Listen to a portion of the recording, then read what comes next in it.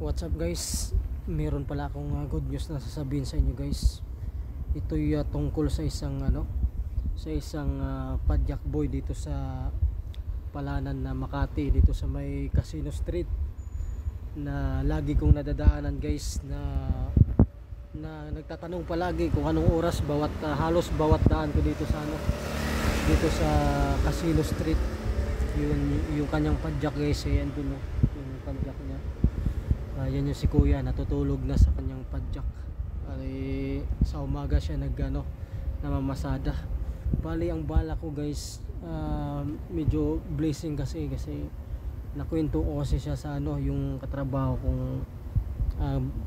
ko doon sa restaurant. Nakwento ko na merong isang padyak boy na nagtatanong palagi sa akin ng orasan ng oras sa tuwing ako ay napadaan. Kaya nagkasundo kami na bigyan namin ng relo.